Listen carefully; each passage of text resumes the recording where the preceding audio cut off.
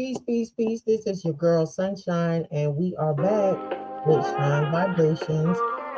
It has been a minute. Haven't been on since the anniversary show, but those of you that know, the girl works with the government, so this government shutdown has been very, very intense for those of us that work in that field, especially when you assist people with getting fed. So it has been a lot that has been going on, and also family things have been going on. But today we are back and we are celebrating our veterans. Salute to our heroes. My grandfather, shout out to Arthur Benjamin Cromwell Jr., aka Pete, aka Fuzzy. He was in the Korean War, and when he was honorably discharged, he was a sergeant, and he was stationed in Camp Lejeune, where my mother was born. So that is my ties to North Carolina and Jacksonville, North Carolina, to be exact. And my father, shout out to Tony Action Jackson. He was in the Army. My great uncle Lawrence Edward Bellinger, he was in World War II. He was in the Navy, him and his brothers. So I come from a line of men and women. My cousin, shout out to Chevelle Cromwell. She is still involved with the government, and she was also in the Army. Shout out to one of my favorite cousins. We grew up like brother and sister. Sean Young, he is an airman. He was with the Air Force. I can go on and on. Shouts out to my cousin Carla Jenkins. She was also in the Air Force. And like I said, there's a lot. I'll shout them out as they come. But this guest, those of you that tuned into the anniversary show, he was on for the Erotic Poetry. I first was introduced to his brother on Clubhouse, and then he just disappeared. When I tell you, like, when you watch someone on stage or in a movie or even just on the radio and they're captivating, on Clubhouse, you just see a PTR picture, and it's their voice. And I mean, every piece that I heard this brother spit, it was straight fire. And when I say fire, I mean, he can go anywhere. And I love how one of his pictures, he did this with the fire attached to it. He is a father, he's a Marine, he's a poet, he's a lowrider, homeowner, and he is a legacy builder, and I love that about him. This is Phil's ink pen. We're gonna throw up some of his pictures. I know which one he is in this picture. I could tell when he sent this to me. I was like, okay, that's dope. He got some classic pics. And then, of course, we have to shout out to the Marine Corps. Happy birthday, all that good stuff. Simplify, hoorah. So, without further ado, let's jump right in and bring this brother on stage. Peace, peace, peace. How are you again? I'm doing all right, Miss Lady. How you doing? Good. Good. Doing all right. Just got through celebrating the 250th Marine Corps birthday, followed by Veterans Day, or Marine Corps Hangover Day. That's what it is. So during my intro, I saw that you was laughing. Is there some connections to Camp Lejeune? Man, that place there is that's one of those places in the Marine Corps that's near and dear to everybody's heart, whether they've been there or not. I was at my MOS school was around the corner from there, Camp Johnson, named after a very famous Marine named Hashmark Johnson, first black drill instructor. Um, he's the first black Marine, in fact. Mhm. Anyway, Camp Lejeune. I went there when I was 16 to visit my brothers. Both of my brothers. Shout out to my brothers. Both of them. One of them is retired. The other one is still active duty. Both of them, Master Gunnery Sergeants, E9. Um, North Carolina is North Carolina is an experience to say the least. It's an experience. I like it or love it. Like love it or hate it, it's an experience. It's the ocean don't quite ocean. The beach don't quite beach. Hold up, Uh, hold up, hold up. What do you mean by the beach don't quite beach? Because you know I'm a Jersey girl, and when I tell you I fell in so love, because you know Emerald Isle is right there by Camp Lejeune. That is my yeah. favorite beach in North Carolina. Have you been to California? No, I haven't been to All California right. yet. When you go to California, you said you're a Jersey girl. Okay. The beach by the boardwalk in Jersey, that's more beach than the beach in Carolina. I promise you. It's just a big No, ass lake. no. Listen to why. This is my comparison. Let me explain why. Okay, so you're talking about, we got Asbury Park, we got Belmar down there, we have Long Branch, and then I'm there's listening. now Seagirt, I will tell you, is the best beach in Jersey. And I Seagirt is a little further south, but that's where the state troopers go train and everything. My uncle was a state trooper, and so we will always go down there. Now, Belmar, Asbury Park, Seaside, like all of that, where you see them on MTV, yeah, because of all the main attractions. But I'm talking about the water. I'm talking about the feel of the water. Now, when I'm you talking about the come, water. I ain't talking about the no, attractions. The water in North Carolina is black. it's better than Jersey. The waves are like lake waves. I've never seen a wave in I ain't Carolina. experience at Not Emerald one. Isle. I got some pictures on my Facebook page. The first time I went to Emerald Isle, the first time I got connected with my cousins down there in Jacksonville, and it's some big ass waves behind me in this picture. But the best thing that I I probably love went at a about it, bad time. I probably went at a yeah, bad time. the best thing about it is that I've been to Jamaica. Okay. Ooh, So now, if you done been to the waters on any island, you know stateside, nothing is going to compare to that. man, Okinawa. I was in Okinawa, And and the waves, the ocean, it's pristine. Like yeah, the I tell islands is different, but one thing I loved about Jamaica is that no matter what time of the day I went out there, the water was the same temperature. So that's where I fell in love with Emerald Isle, because the first time down there we went during the day, you know, and then was bored one time because this is when I was living in Greensboro. Called my cousin up. She was like, "Sure, come on, cuz, come down. We ain't doing nothing." Drove down there, and we were at the beach like 1 o'clock in the morning. You know, everything. And then we actually got in the water. Like we wasn't planning on, but we did. And if they had bathing suits, they did. If they didn't, their clothes got wet. But the water felt the same. Like it felt like the sun was out. So that's that wild. I like that's that. the only reason why I say yes. Emerald Isle, like, you know, people got their favorites, but that was the experience for me. And I I've would never never been. go to another beach in Jersey after being there. Okay. But that's just some of the connections with Camp Lejeune and my family and stuff like that. So when you went down there to visit, like what was it like for you just to visit? So I was young and everything. As soon as I got there, my eyes just popped open because it was so much to see in such a little time. Because I was only there for maybe 2 3 weeks, and in that time, I met a lot of Marines. I got to go out to the mall. Um, the atmosphere was very closed off. It was very closed off. Like when we went out in town, off base, it was you have to stick with us or else. you know. And then when I got older and I went over there for MOS school, I finally understood what they was talking about. I got it. It was just like a bigger version of home.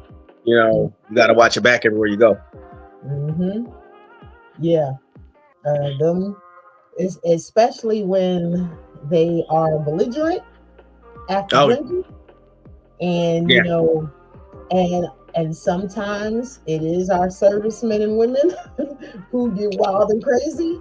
And Yeah. when you Yeah. mix it in with Yeah. civilians, it turns out to be worse than what it needs to be. That ends up becoming a safety stand down, a whole meeting on Monday. Everybody standing in formation. Like, why are we all being punished for this one person's actions? Yeah, Yeah. yeah. Yeah. Good times. Good times. Yeah. When we went down, it was crazy because my cousin that I will always go down there to visit, she recently passed in I'm sorry to November. hear that. Appreciate it. And going down there, it was the day that I got the word from my aunt. We drove down there and literally getting ready to come back to Charlotte. We see two. They look like they might have been brothers. They just could have been some white boys that just looked alike because they was forced to get their military haircuts. But when I tell you, my youngest son that you met earlier before we started, he instantly, Mommy, look, there go soldiers. You said we bought a Marine Corps base, right? And I turned around and I said, yeah, you see that line of bushes and that big gate? I said, right over that. That's part of the base. We was right there on Marine Boulevard. And Oh, yeah, and I think that was the Circle K. So we going in the store, just get them some snacks for the ride back, and they were plastered, and they were loud in the store. They was crazy. I mean, and they were young, and my sons were standing there. They were like, from what we tell them, and then of course what they see in the movies, but then to see them in real life and be like, okay, this is not what we were told or what we've seen. And yeah, I'm just because everything they show on TV is like an old country song. Have you forgotten? And then I, when they see us in real life and they like, hey, you're not as they need to look at that quote that Eleanor Roosevelt said. They are the rowdiest bunch of animals that God bless the Marine Corps. Like I mean, that's what you pretty much was trained to be. yeah, and then the way you get treated at work, and then it's one thing to do a job and feel like I'm not doing enough. Then you get off work and you're minding your business. Then you get a phone call randomly. Hey, you got to go to formation because somebody fucked up. And now everybody has to pay for that one person's mistakes. Yeah, you're getting plastered on the weekends. Yeah. Just to forget it. Just to forget it all. Love your job.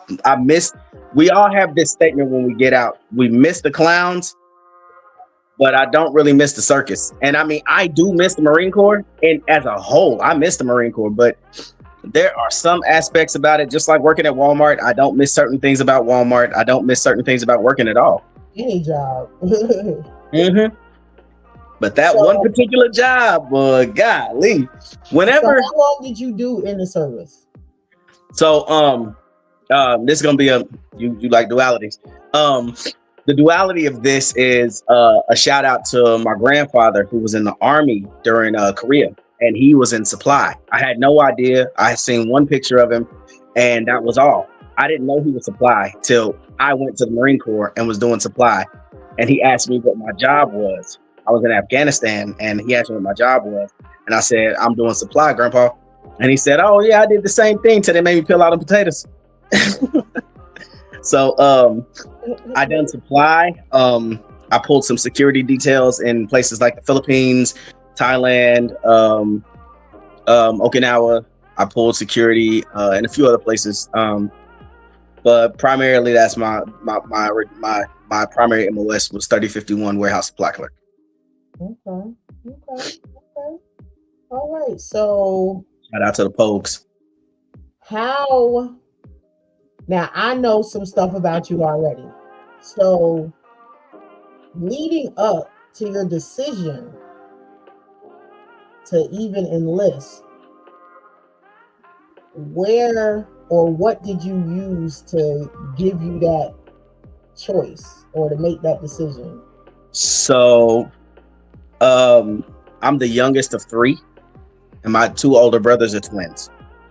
And everybody loved the twins. Everybody loved them. So here I am, the little brother, trying to be noticed. So when my brothers did anything, I wanted to do it too. And when they decided to go to they were going to go to the Army at first, but it was something about that uniform in the Marine Corps, something about it. So eventually they went over to the Marine Corps, and I said, I'm going to follow that path. Now, looking back on it, it was a risk because I didn't give myself another out. I didn't give myself the option to go to college. I didn't give myself the option to do anything else. I'm either going to go to work or I'm going to the Marine Corps, but there was nothing that was going to stop me from going to the Marine Corps. Absolutely nothing. I lost, I want to say I lost like 45 pounds, 40, 50 pounds to go. When it was time for me to leave, when I was about to enlist, the recruiter I had here flaked out on me. For whatever reason, he flaked out. He ended up getting kicked out. But my brother, I called my brother, Donnie, who he was a staff sergeant at the time. And like I was like, hey, you need a body. You should let me come out to Arizona. He was like, no, I don't. And he hung up on me. And then I called him back and I said, you're a recruiter. You need somebody. He was like, I don't need you. And he hung up on me again. So I called him like a week later and begged him. And he said, and I quote, if you fuck me over, I'll bury you in the desert. Nobody will ever find you. I bet he meant that shit too. and oh yeah, he meant it. So on my 23rd birthday, he said, hey, be ready in the morning. I'm gonna take you to get your birthday gift in the morning. I'm like, you never got me nothing for my birthday. Woke me up at 3 a.m. to take me to MEPS. I swore in on my 23rd birthday. And it was one of the best birthday gifts I ever got. That's what's up. That's what's up. So now my closest experience outside of the family I'm connected to, I actually was going to go into the Marine Corps. I did JROTC at Railway High School. Nice. Me and my best friend, we were like, that's what we both said we was just gonna do. Like, we gonna do this together. When we was in junior high school, we was like, okay, yeah, they offer this, we gonna do this, blah blah blah. Even when it came to doing PT, like, we had PT, like that was our gym. And what was crazy was, because of the schedule at the school, we had to have hours just like if we was on the base. We had to have it during the lab time. And anybody that had like labs to do, you had to be at school at 6:45 in the morning. So at 6:45 in the morning, we had to be dressed in our PT gear and in formation, ready to go. The green on green. Were y'all wearing green on green? Yes. I love it. I love it.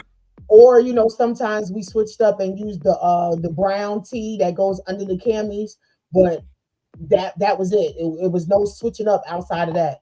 And shouts out to Sergeant Major Henry, because, and Captain Logan, Sergeant Major Henry, it was just something. These were two white men, but it was just something about Sergeant Major Henry that he reminded me, I guess, it's that Marine Corps grit, because it was like my grandfather was at school with me sometimes. And it was just like, you know, as long as they knew you had some confidence and you had some grit with you, like, they fucked with you real heavy. And me and my best friend, we definitely had all of that. We was bona fide tomboys growing up, and Jersey girls on top of that. So, you know, we was with the shits. We was with everything. And we played basketball. So we was keeping in shape for everything anyway. So it just kind of worked out. But that was the best experience. We went to competitions down in Atlanta. We were the lead of the all-women silent drill team. I was just about to ask you about the silent drill. Yeah, we was on the silent drill team, the tricks and Oh drill shit! teams and stuff. Look, I'm gonna be honest. I missed the breaking down and of the M14 and putting it back together, cleaning it. I'm so front. I do miss doing that. Like when I say I was gun ho ready for the military, I was. And oh, everybody knew once I moved to North Carolina that I was going to end up being a concealed carry. Everybody knew that I could shoot, and it was learned in ROTC at the school. Sergeant Major Henry, he looked at both of us and he was like, "Mm-hmm, I got something for y'all." Mm-hmm. The prone position, couldn't nobody rock with us. Like they just couldn't. Like when I say I miss doing all of that, I missed it. But you know, Man, life that happened. And when I was getting ready for everything and decided, the recruiter called me and I ended up pregnant with my daughter that I talked about that passed away.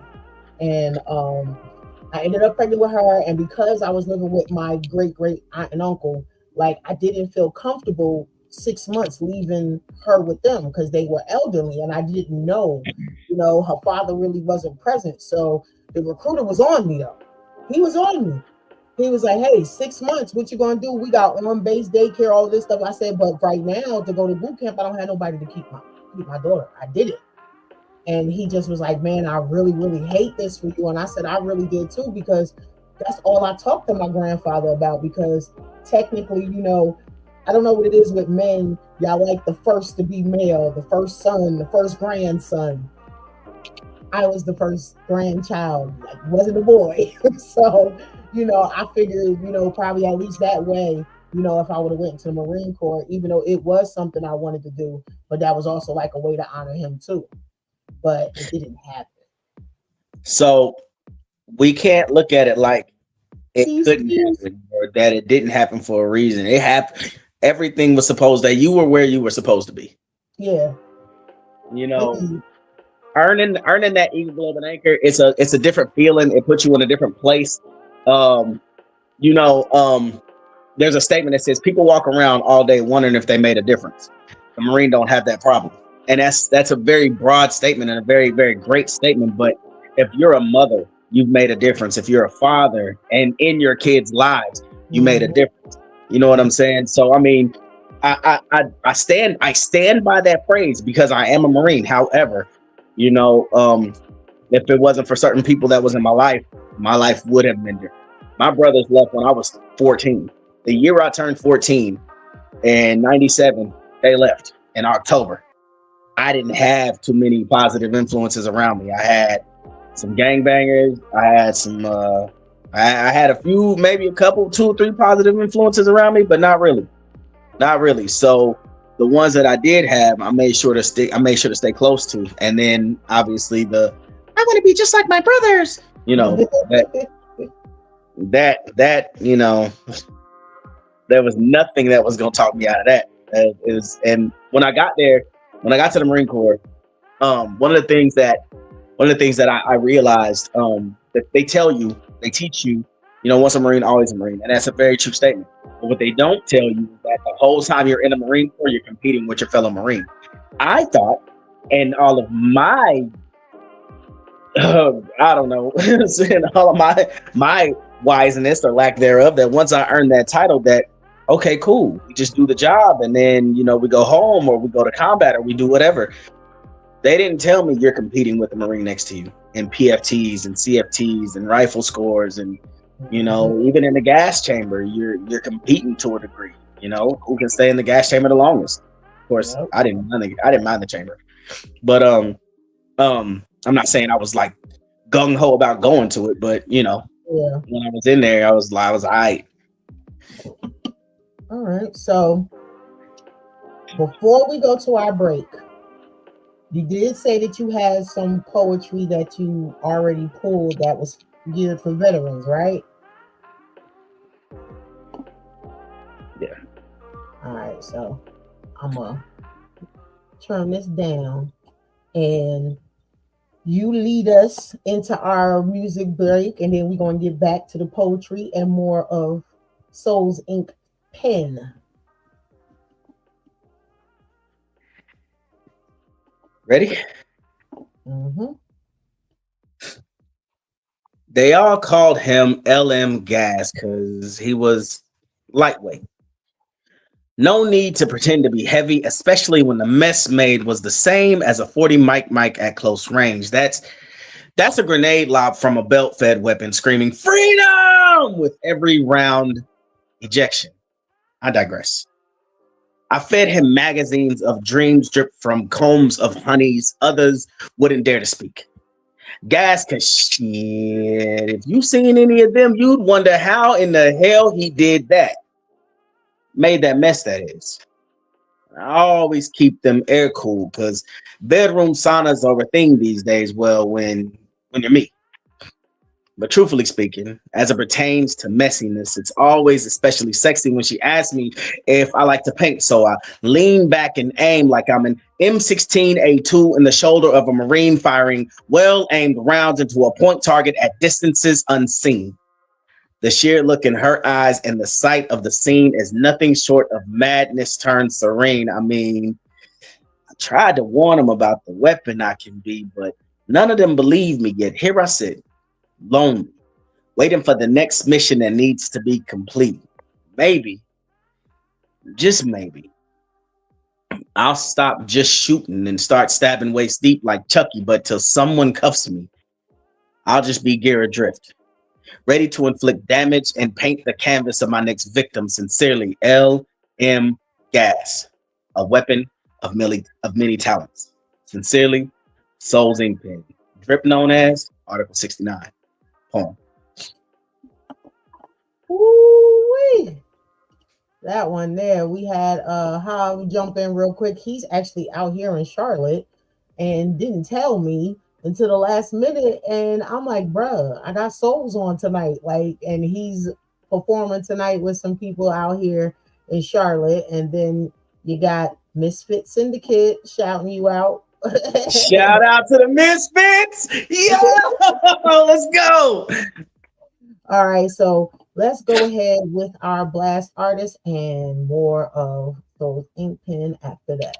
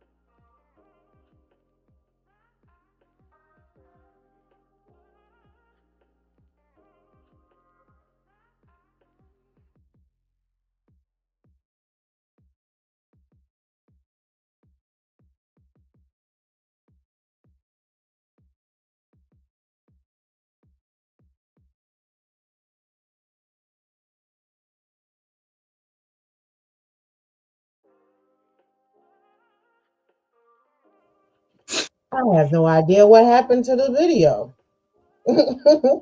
So I guess Veep will just have to go ahead and edit that later. Break in there. But yeah, it did not play, so my bad, peoples. But what I can do is do my ads real quick. So we have Born King with Soul Society with that alkaline water. Peace and love, family. Check it out. It's the We Are the Gold campaign. The We Are the Gold campaign is all about highlighting ourselves as the wealth, value, and solutions we've been looking for. We are the gold. Before it comes to the money, your health is the wealth. Tap into intentional lifestyle decisions, making sure you're putting living, local foods, preferably, especially organic, into your well-being, your temple, you know. And you already know you gotta couple that with the live alkaline water, the best hydration in the nation, natural alkaline spring water straight from the source, no artificial induced processing. And the other side of the We Are the Gold campaign is activating our economics, you know. So tap into the We Are the Gold campaign, get your $20 monthly subscription special at heavyenergyuniversity.com. So yeah, these brothers, when I tell you they are dope, y'all need to follow them. Okay, you got T. Walker, also known as Terrace Walker. You got Born King, also known as Brad Simmons. They are Soul Society. They are the brothers behind the live alkaline water that you're seeing. You see different people like David Banner, KRS-One, um, Red and Blue Pill, the list goes on and on. These brothers are really out here healing the nation through hydration. So run over to heavyenergyuniversity.com. You can use two promo codes. You got Shine Vibrations 888, or you have Royal Sons, that's SUNZ Enterprises 810. Go on there, do the monthly subscriptions. They got different packages for you. And also, if you are in the North Carolina area for the weekend, or you live here this Saturday, tomorrow, they have their Fire for Therapy up in Yadkinville, North Carolina. Please go to their pages on all social media platforms to find out more details. They have, what I remember off the top of my head, they have a martial arts class, gardening, and vendors from 12 to 5. And then from 6 p.m. Until is where they have the bonfire, and they will be having poets from Word Society and other talents performing. So if you want to find something different, you need some fire therapy for your soul, I advise you to run over to their pages and check them out and register. It's not too late. Um, definitely, these brothers is the truth. So folks like to partake in one way, and folks like to partake in another. So we don't want to leave anyone out, because what we talk about, duality, right? So for those who like to partake, we got Canaleaf. Cover Canaleaf, your ultimate online dispensary. Looking for premium cannabis products without leaving your home? Welcome to Canaleaf.net, your one-stop shop for all things cannabis. They have a huge selection. You can explore a diverse range of strains and edibles with just a few clicks. They got it all. There is an exclusive offer. You got to run over and subscribe to Blast Media or Blast Music 24/7, and then run over to Canaleaf.net and put in the promo code BLAST, BLAST 15. You will get a 15% discount, not on the first, but on every single purchase, as long as you continue to use that promo code. So this ain't just drawing you in and then you're stuck paying full prices. No, this is a endless promo code that you can use. So that's 15% off your total purchase, okay? So run over, shop online. It's quick and easy and convenient. Just visit Canaleaf.net to browse their selection and place your order in minutes. Why wait? Elevate your experience with Canaleaf today. That is on Instagram and Snapchat, Canaleaf_FL. And yes, the FL stands for Florida. Yes, I know they got one in New York and I'm from up top, but the one from up top didn't holla at your girl. Okay, so we got to rocks with the one who rocks with the, you know what I'm saying, the podcast, So, but if you all want to reach out, y'all know, put it in the chat, reach out to me if you want to get your business promoted as well. So, since we didn't have our music break, I know you got some more fire for the people. So, you was already prepared to do more than 3 anyway. I don't even know why you was trying to front backstage. Yeah, I got a couple in the chamber. Before I do this piece, I wanna shout out my military and poetic family. So my military family, I have my niece's mother. She's actually in Jacksonville. She still lives in Jacksonville. She's retired staff sergeant. My sister and my brother-in-law, who live in Alabama now, they both were in the Army, freaking hooking and jabbing. My brother-in-law was a paratrooper. Like I said earlier, both of my brothers, I have god brothers that all served. My grandfather, my papa, step pops, my uncle, uh, cousin.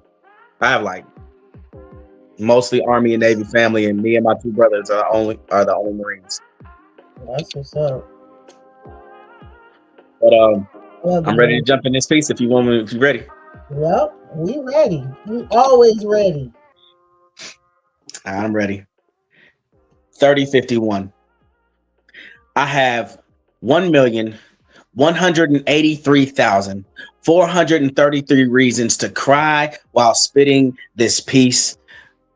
I'll try not to. We were told that on a bleak day, 2,977 souls were lost in an attack on our soil, causing our blood to boil and young boys and girls signing up in droves. When it came out that they wore turbans, all of a sudden, anything resembling a Muslim became the enemy. Suddenly, we saw people that sold us groceries being beaten openly in the streets. I was in high school, first hour computer class when the news came in, and we saw planes hit. Then somehow, Building 7 mysteriously collapsed, but in the UK, it was reported 3 minutes before it ever happened here. But don't believe me. I shared it on my IG, and now I'm just waiting on them to come after me. I digress. The happening, I was so angry, and I knew next class the work was short, which gave me time to jump on a computer and sign up for the selective service draft. I knew it would be my ticket to kick some ass, but my teacher, she wouldn't let me because she knew my older brothers were already in the Marines, and she was worried about them as well as some of the other crew who already never made it back. I guess this is where we should start inserting taps.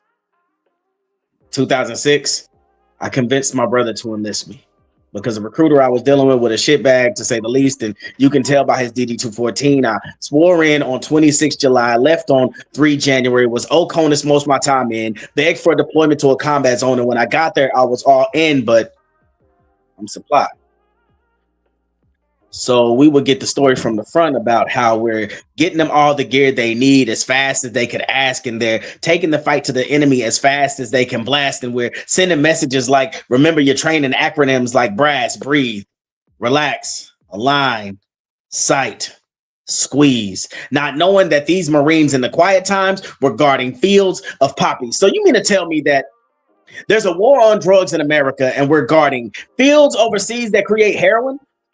So when my brothers were in the first push under that maniacal son of a bitch bush, in the quiet times they were guarding oil canister, what happened to the weapons of mass destruction that would upend and damage America? You know, the ones they told us about. You want to know something funny?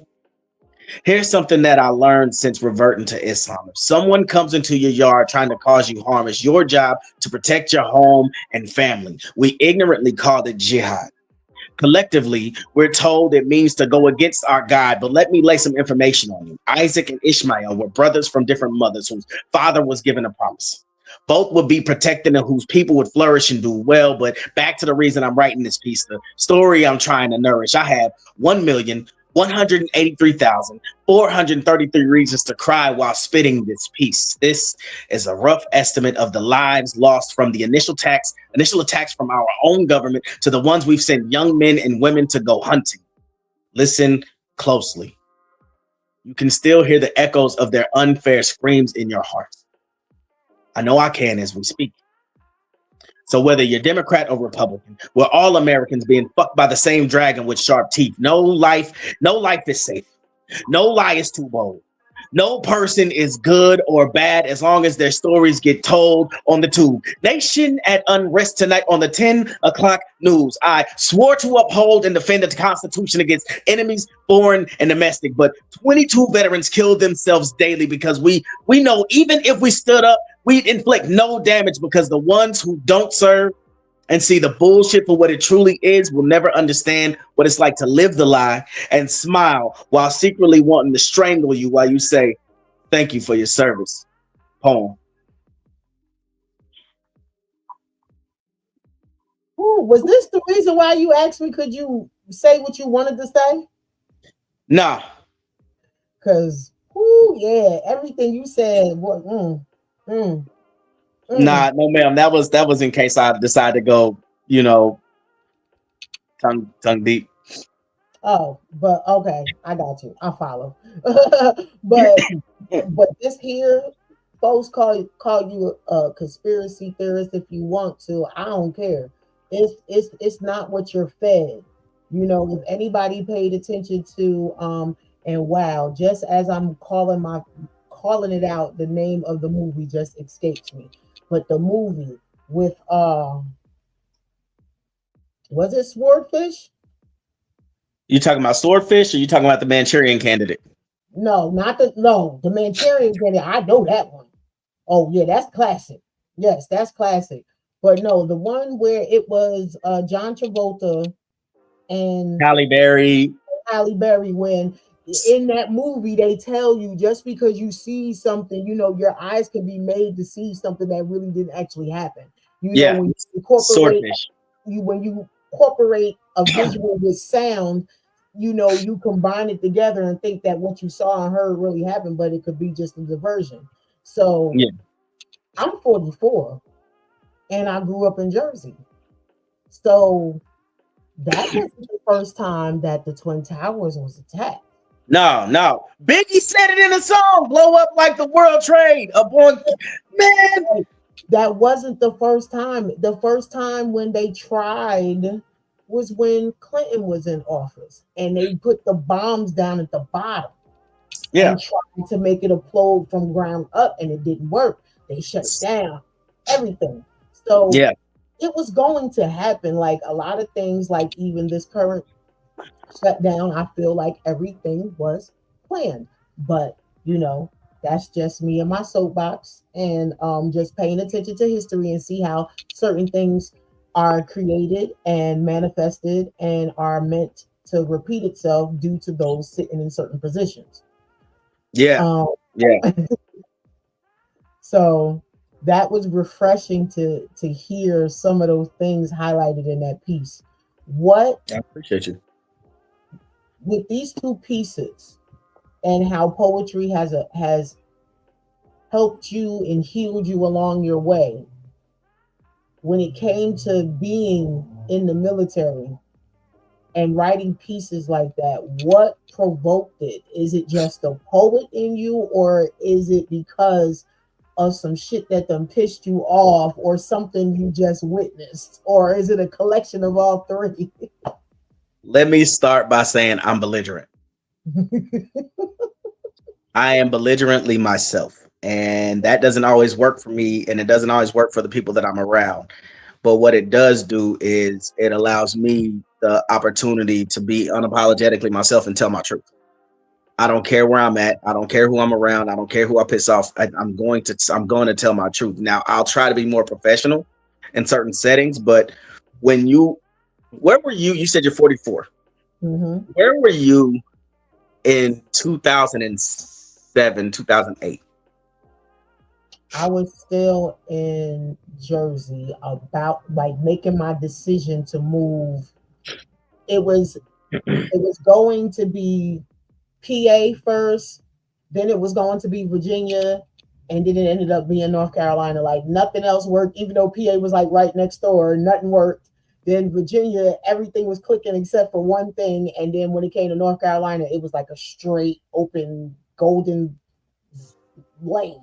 So I ended up moving in December of 2009, right after that snowstorm. So in 2007, 2008, I was getting ready to move.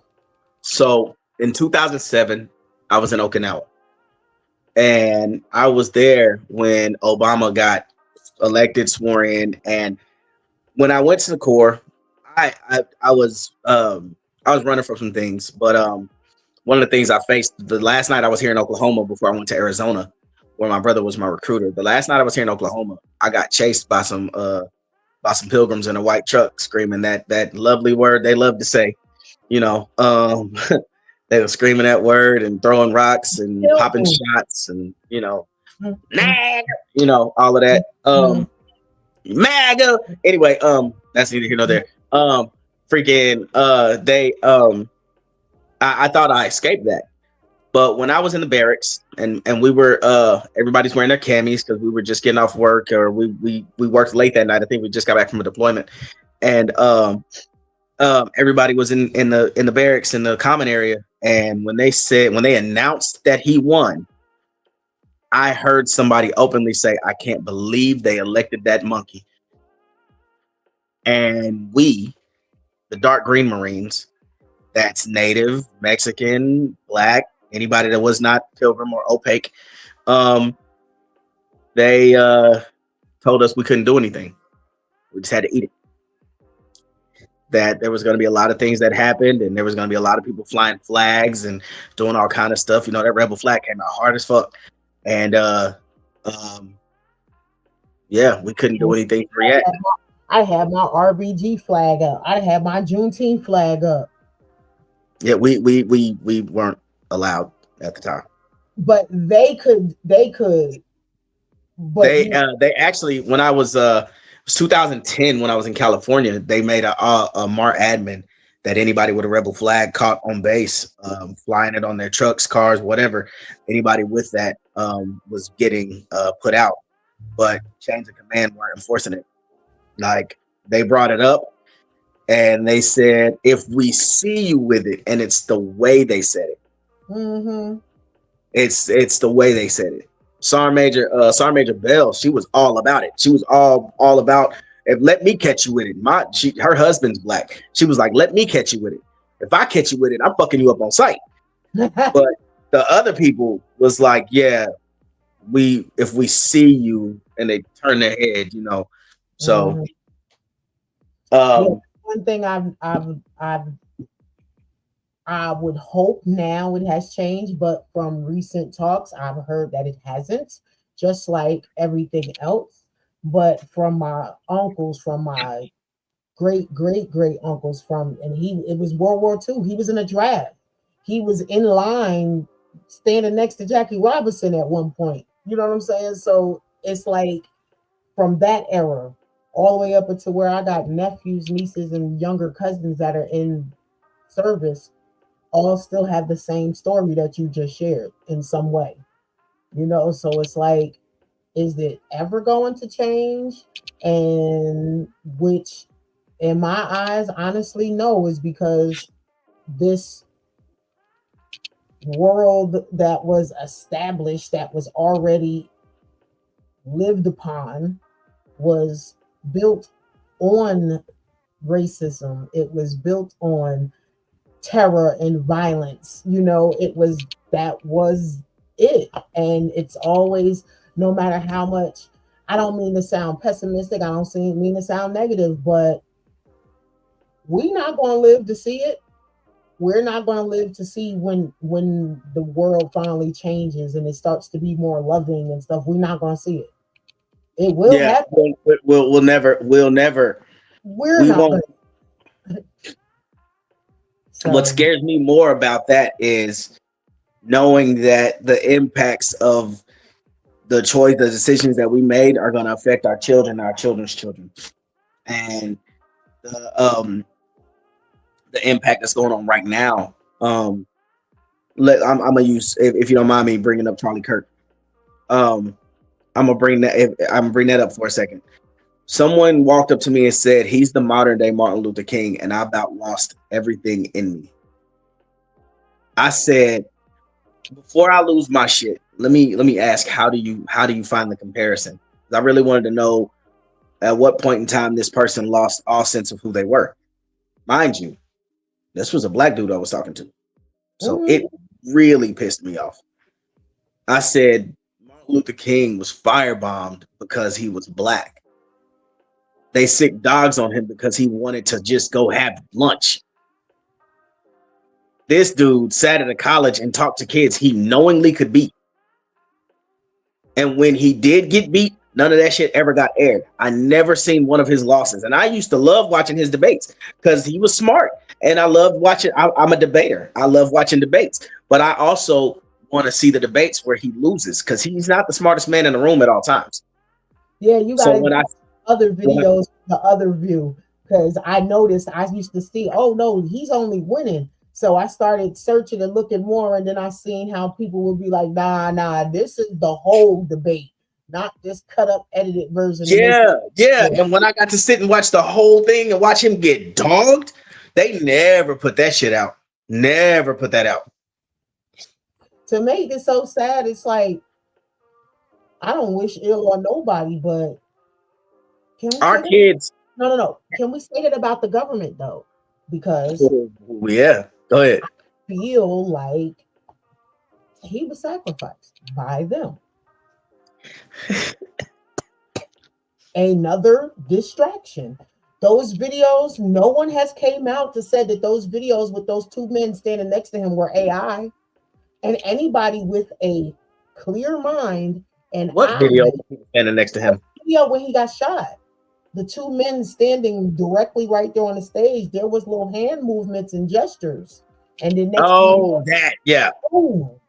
Like, you can clearly see that, but not one person out of all of those things that surfaced, all the different angles from that day, no one said it was AI. Not Those one movements, those movements that they were doing. If you've ever read anything about Sniper, those are windage calls. Yeah. Oh yeah. I know that. Now the shooter from the range that he was shooting at, there's no windage call. There's no windage. There's no way he shouldn't have. He was at 150 yards, give or take. He was at 150 yards. I, as a Marine, at our shortest yardage was 200. Slow fire, rapid fire, hitting all target, hitting right in the center. Bap, bap, bap, bap, bap. Not saying I was the perfect shooter because I wasn't. I was a sharpshooter. We have marksman, sharpshooter, expert. I was a sharpshooter. Sharpshooter, I already know. Let me stop. Yeah. For those who don't, I was in the middle. So, but I do know that from the shot that he took, or whoever it was, there's no reason he shouldn't have hit him square in the face because there was no windage. There's not enough wind to knock the round off by even half a centimeter. Maybe and that was a half centimeter shot. He changed his mind at the last minute. Maybe he flinched. Maybe it was done on purpose to draw attention. Who knows? But you ain't gonna tell us that was a Democrat shooting at him. You're not gonna tell us that it was an old man looking like he done retired 2 times over that shot him. You're not gonna serve us that. Like, we're done with being told this is what this is what we want you to believe it is. When we have our own eyes and sound minds and can put 2 and 2 together. That's the thing I like about information age is that no matter how you try to spin it, somebody is always recording. Yeah. Okay. There were multiple people with cell phones, yet there was only one camera angle. Why? Because that's what they wanted you to see. Anyway. We could go all day about that. Yes, ma'am. Now, while you were in service, did any of them know that you were a poet? I used to so again, this is another shout out to my brother. Shout out to my brother Ronnie, and my mom, and my cousin Lansing, who's in the army. They're all the family poets. And so I sat there and was at a base called Kinzer. I went over there to Kinzer, and they had an open mic. And I was nervous, scared. I called my brother home. I called my brother. He was in Arizona. I called him. I said, "Hey man, when you get on stage, what's it like?" He said, "There's going to be a big bright light. And as soon as you get on stage," he said, "when you get on stage, it's going to be a big bright light. You won't see anybody out there in the crowd. All you're looking for is feet. Look for the feet in front of you, and that's who you talk to." The Marines in my shop, they knew I wrote poetry because that's all I would do. Like, I was venting, so I would crank out 20, 30 poems a day. But they weren't my best work. It was just poetry for MREs. Oh man. Oh, for y'all that don't know who Pentelectual Conversations are, that's none other than the brother of Paul Cram, with his sick pen self as well. Shouts out to that brother too. Thank you for your service as well. Shout out to the Honey Dripper Poetry Collective. Shout out to Poetic City. Shout out to the Muskogee Soul Searchers, the Inner City Poets, all my poetic family. Yeah, buddy. This shit was not easily obtained. This was not easily obtained at all. I had to earn this. Yeah. I know they waiting for me. I gotta clear some of this stuff out of the way so I could totally focus. I don't like doing nothing half-assed. Oh yeah? Yeah. Yeah, well, I mean, we it was not, like I said, it was not easily obtained. Oh, I know it's not. That's boot camp for real. I got a chance. I got a chance to write with somebody when I was in class. I got a chance to write with somebody that I have been wanting to write with for a long time, and we wrote together once before, but it was like she wrote a poem and then I replied, and then she wrote a poem and then I replied. It wasn't intentionally writing together. I was just moved by her poem. Mm-hmm. But me and Allie Poetry, rest in pen, rest in power. Me and Allie Poetry got to do a poem together. And on Veterans Day, that was our friendship anniversary on Facebook. No way. Yes. The poem, eyes, a veteran poet. The assignment was given to us by Big Brother Drip of all trades, aka Paul Cram the poet, aka my brother. I got it. The poem was given to us by him, so it was serendipitous that the last time I got to write with her was for him. That's what's up. Yeah. Indeed, she is indeed.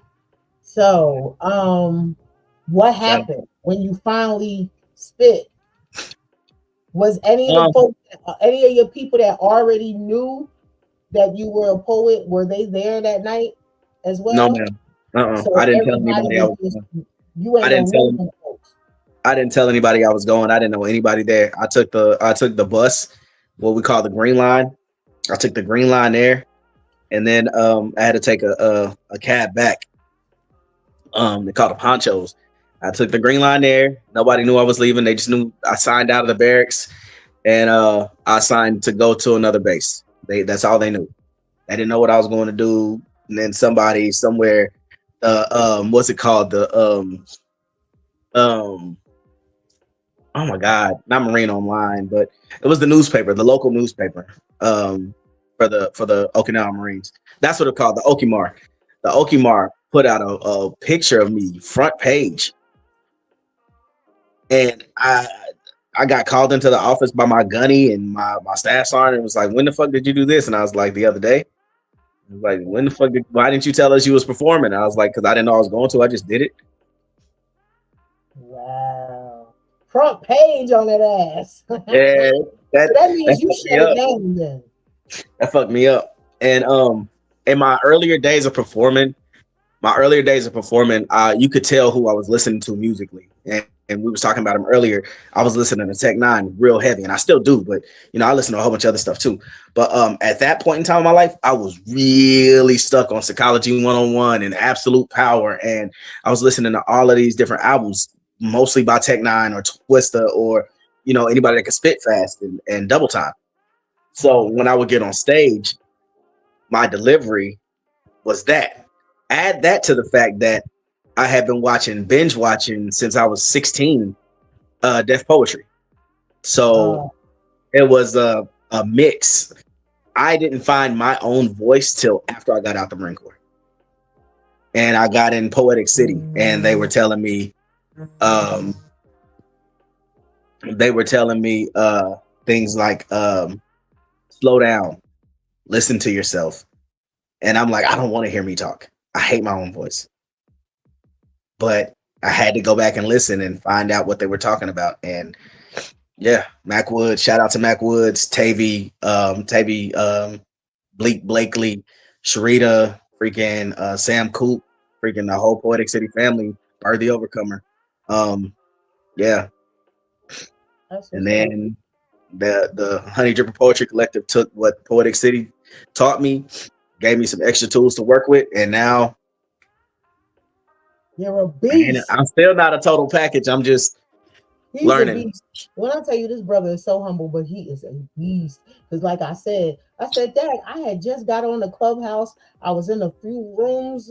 I didn't even spit a few pieces. He done commented on a few, and I was just like, oh shit, he listening to me type thing, like I do this, but coming into clubhouse where people was doing this since the pandemic, you know what I'm saying? I was fresh in the rooms, like even in I think it's spoken soul sessions, like when you was talking about how they could tell like your poetry, you could tell who you listen to. You know what I was said? They said like, "Where you from?" That's the first thing they said.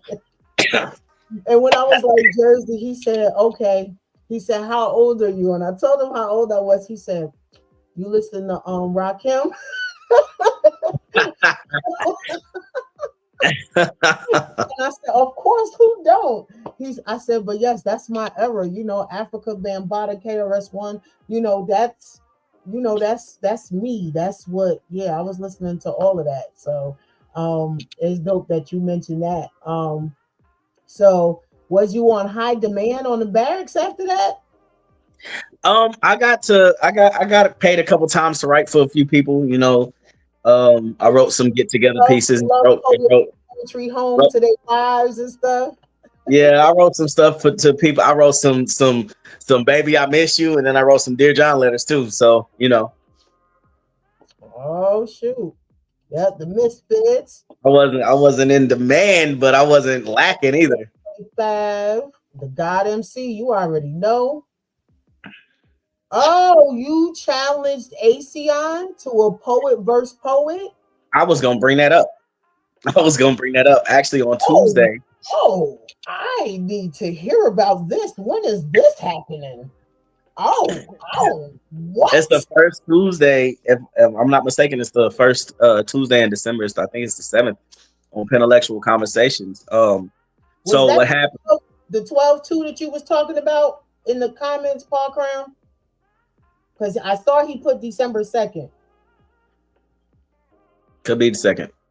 It's on a flyer. I got a flyer posted. I got a couple flyers posted. I'm about to share. I'm about to post a whole lot more flyers because this is gonna be fun. This is gonna be fun. This is about to be fun because he's my Asean's one of my instructors, and he said, so if you beat me, not the 7th, it's the 2nd. He said, if you beat me, I won because I'm the instructor. If you lose, I won. And I just put your hands. I said, that's not how this works. Yeah, he's still a winner. He's still a winner either way. That's the part about it that sucks though, because he poured into you. But you leveling up though, that elevate. That is so dope. That is dope. Oh yeah, I can't wait. I can't wait for that one. Yeah, he's a slam champ. Call me, text me, remind me, make sure even if I'm at work, I'm gonna just have my phone pulled up and I'll watch it while I'm still processing them applications. Okay. He's a national slam champ, if I'm not mistaken, or he's a placeholder. But the boy's bad, and he is. I wanted all the smoke. I wanted it. That's what's up. I like that. Yeah, that's a dope challenge. So, what's this other piece that you got for us? I'm gonna just jump into it. Any direction that you want. I'm gonna just jump into it. Ready?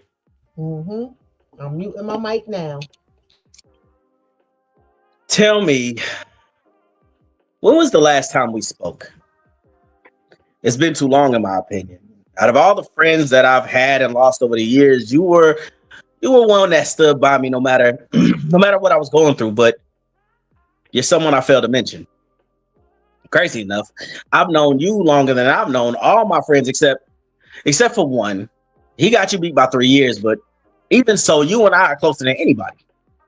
You were there when I jumped off the porch for the first time. I remember joking with you about how one day we would escape Muskogee and never look back. We go to the Marines together, then either Afghanistan or Iraq. And that's before we knew the truth about the government pulling off those attacks.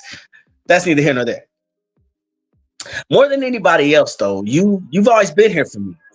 From the good times of graduating early to listening to my brokenhearted poetry in the early days when I rhymed every line every time, feeling like doing shit like this was the epitome of sublime.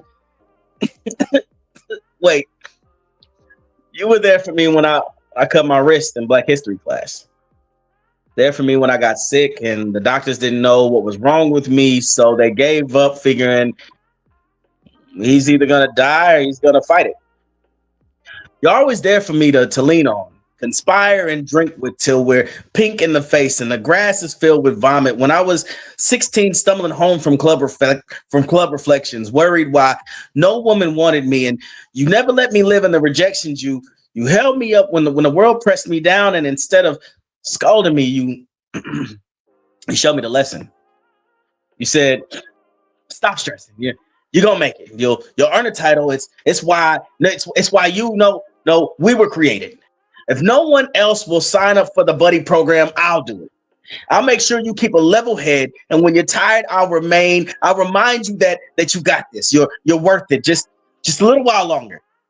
It's your purpose. We'll show the world we're perfectly imperfect, but more importantly, we'll show ourselves we can do it. We'll just call this our first act of self-service."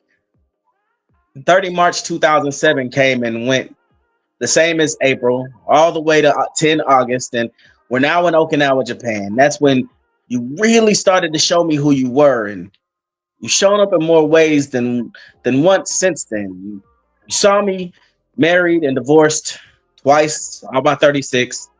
Was there when my kids came into this world. Was there when I almost put a round in my dome. You were the one that said, "Hold on, just a little while longer. You're almost home." You've seen me at my worst. We've yet to see me at my best. Folks ask sometimes, "What's your best poem you've ever written?" And I can't answer that question because we haven't written it yet. This piece is to the one that's seen it all from the creation, first landing and dark side of the moon, but together we'll touch Cybertron and we won't stop until we do. To the one that's never given up on me, even when I thought I should, I want to say thanks. This is Ink Pen talking to my ink pen, saying life's a blank canvas until it ain't. Sincerely, Soul's Ink Pen. Drip known as Article 69. Poem. That was dope. That was fire. Thank you so much. That one was right there. So when did you pen that one?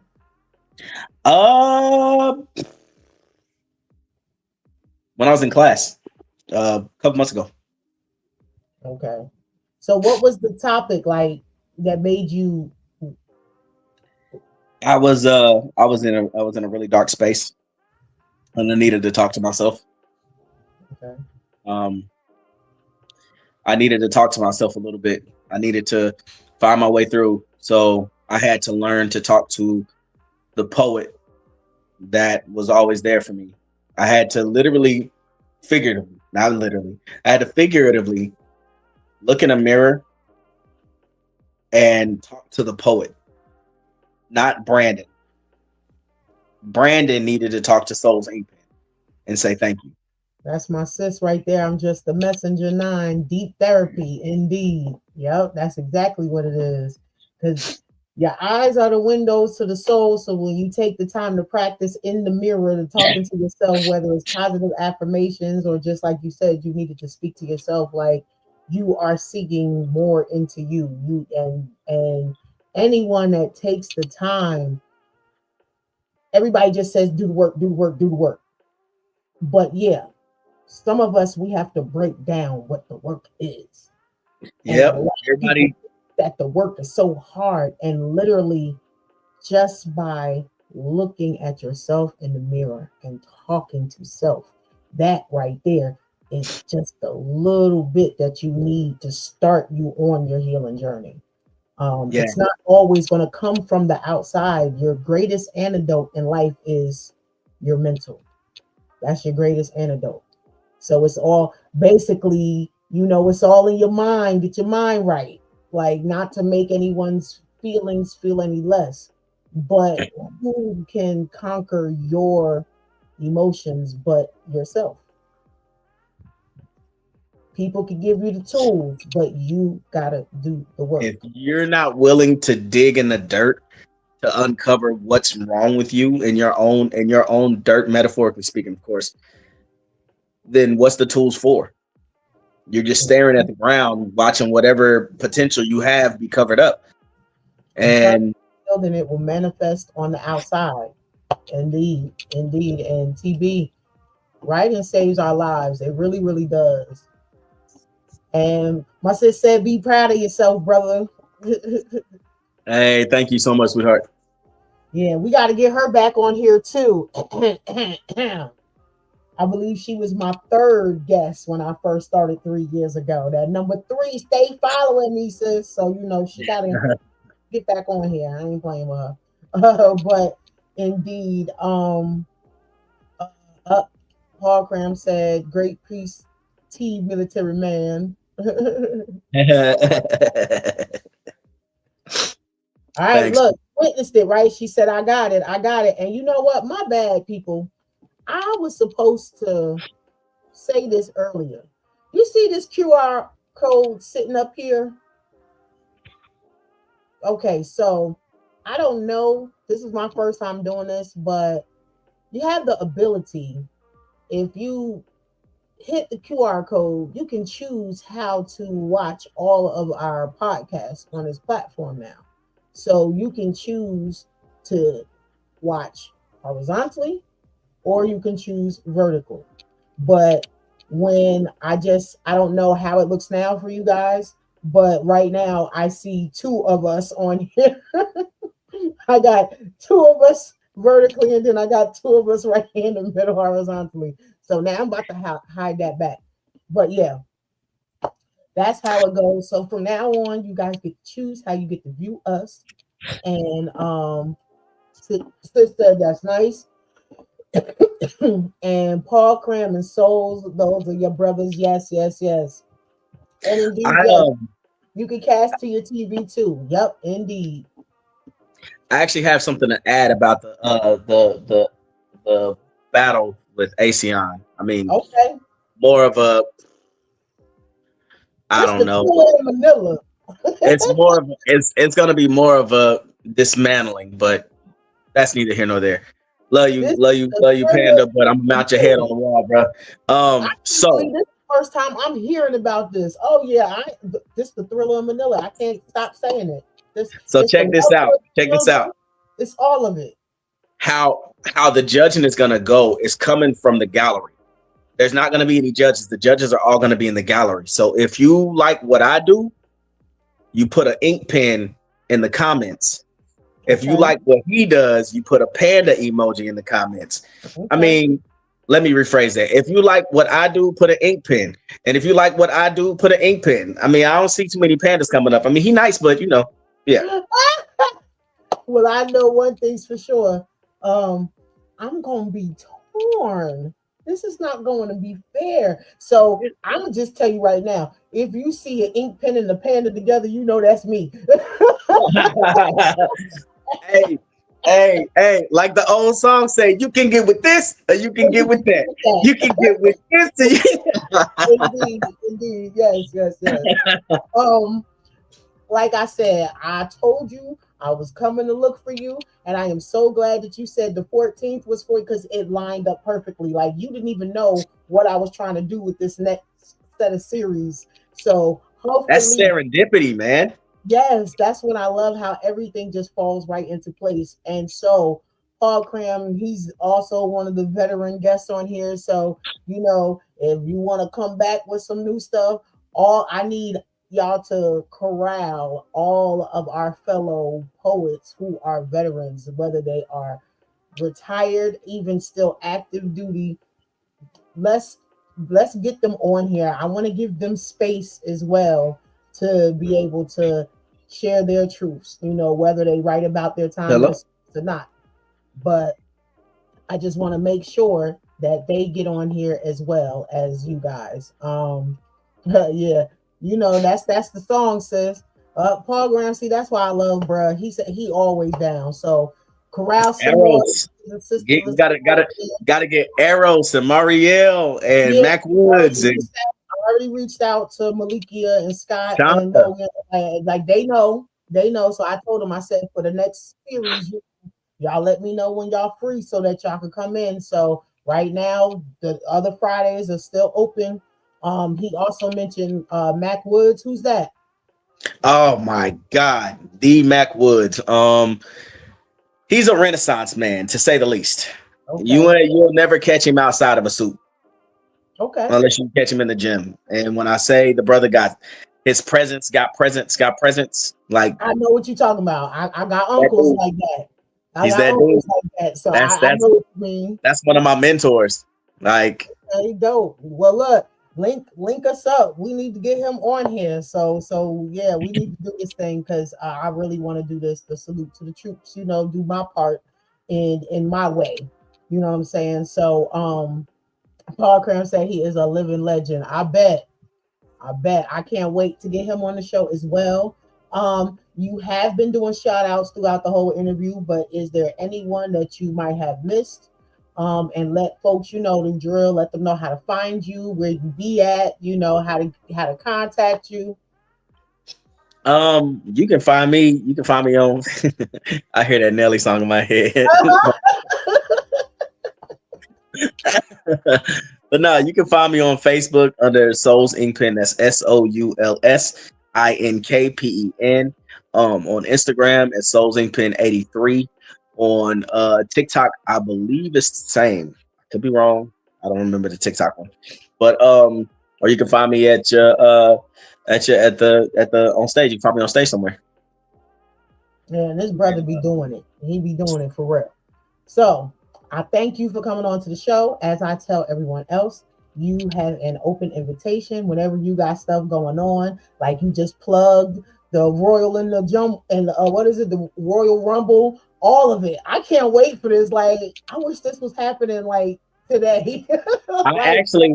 I'm gonna be on Pentelectual next Tuesday, and this Tuesday coming up, and I have I'll be doing 6 pieces. That's gonna be a real dope interview. Okay. Real dope interview. Y'all definitely, y'all need to be following Intellectual Conversations anyway on YouTube. So I don't know what you're doing. I've been plugging y'all. I've been telling y'all this is the same brother who had Louisiana Lyricist Lounge here on Blast. So this is still family regardless. So y'all need to run on over there, hit the like and subscribe for him as well. And this is Friday. You be cooling how you be cooling. Be safe out there, just like how my brother alluded to. The climate right now is a little different. It's getting more different.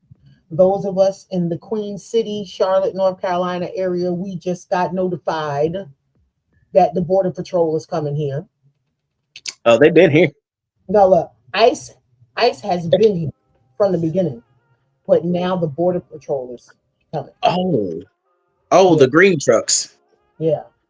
Oh, yeah. And we just was given documents on how we need to proceed when we intercept them when they come into our workplace. So when I tell you this is different. So y'all keep y'all minds right. This is not the time to be hating on each other. Like I said, in life, it's about accountability. That means being accountable for self.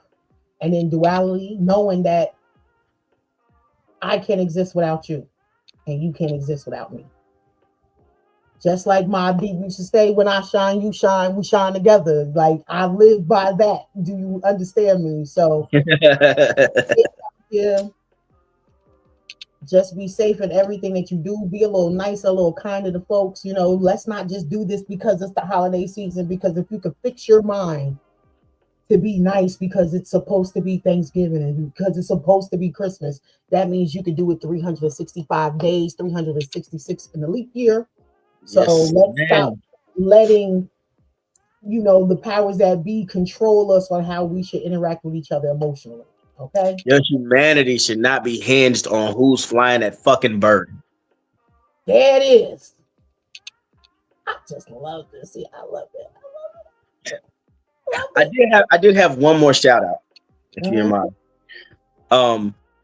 Although I didn't do any erotic poems tonight, all of my erotica is streaming on SoundCloud, freaking Spotify, Apple, iTunes, I thought, YouTube, freaking everything. It's everywhere. You just type in Souls Ink Pen and prepare to make a baby. Yeah. And I hope you're married, because if not, it's going to be a lot of child support cases. I'm telling you, I got some. My kids asked me, Papa, can we listen to your stuff? I said, no, you'll find out where you came from. And Paul Cram agreed. He said, yes, y'all do need to follow him. And then he said it's 420 time again. Okay. Well, again, thank y'all for tuning in. We will be celebrating our veterans, our troops, and those who are retired or active duty. Bring them all this way. Let's get them on here. Let's give these servicemen and women the opportunity to express themselves in any way that they see fit. Be safe out there. And if you don't know nothing else, know that it is peace and poetry, folks. Indeed.